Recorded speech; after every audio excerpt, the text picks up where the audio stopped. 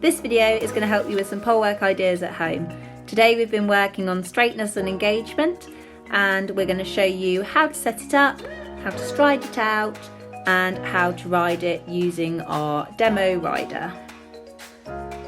So it's quite common when I've been teaching that people really want to have a go at pole work at home and they just don't know where to start really. So we're going to run you through some very basic pole work and how to gradually build it up to something a little bit more exciting that you might usually not want to try at home on your own. So today this is Mia and Jago. They are going to be our demo rider and she's going to show us how it's done, hopefully. So first of all, let's just talk about how we're going to stride out our poles. Now this is the way that I do it. I find it's the easiest way for people to understand and it's the quickest way to do it. So here I am just doing one simple stride between two normal trot poles, just one of my strides. Now I'm sure a lot of you have seen people do it as the old 1, 2, 3, 4.5 stride, which I will show you in a moment. I don't like using yards, feet, etc. to explain grid work or pole work, because I just feel it confuses people, and actually using kind of human strides, people can visualise and actually understand exactly what to do.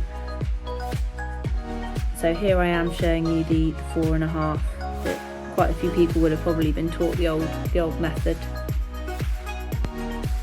Okay, so looking at our first exercise, here we have two parallel poles, really helping the rider to ride correctly around that turn, down the centre line, into their simple trot poles. Really good place to start for the more novice rider or green horses, and just getting them flowing through in a good rhythm through their trot poles. So here I am striding our first exercise out. What I like to call one human stride. This is where I'm literally just doing all the poles, just checking they're all the same distance. I use quite a long stride for Jago, as we almost like to encourage him to stretch out and really use himself. Depending on the horse or pony, you could slightly lengthen or shorten this looking at their stride. Okay, so let's see how they ride this. I've slowed it down so we can really see what's going on. So the two parallel poles have really made Mia ride the turn correctly. And coming in, just keeping the rhythm, and there's a good distance, just getting Jago to really stretch out and use himself through those poles. So I'm now just going to add what I'll refer to as an arrowhead at the end of the trot poles. Here I am just striding out two strides.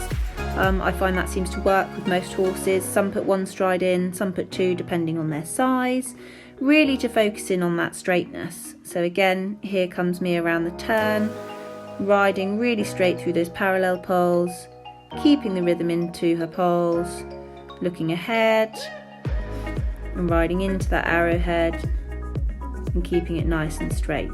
And look at that engagement coming over that end piece. Again, we're going to add another one at the beginning this time. So really having to focus now on keeping him between that leg and hand and keeping him straight. So again, just coming through, keeping the rhythm, keeping him straight through. Good execution of that exercise. Okay, so spicing it up a little bit, let's bring in some raised poles. So just coming through, looking at this exercise, you've got the arrowhead, and then in the centre you've just got some raised poles. Really not that complicated, it's just creating a bit of a point in the middle of those trot poles. So looking at how we measure the arrowhead, again just two strides, and then just one stride like a usual trot pole to that point, and the same again after. One human stride, and again just checking the rest of the distance, one human stride to each pole, and adjust as necessary. So watching them come through these poles now, just watch the knee and the hock and the level of engagement it actually creates compared to the other poles, actually really making the horse use themselves. And just looking from another angle, looking at how the joints and the horse's knees and hocks really have to engage over this exercise.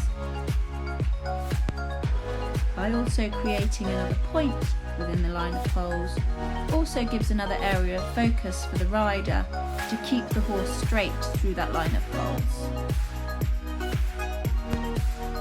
So hopefully that's given you a little bit of an insight to some exercises that I tend to use in polework clinics and lessons, and hopefully that you find that really useful.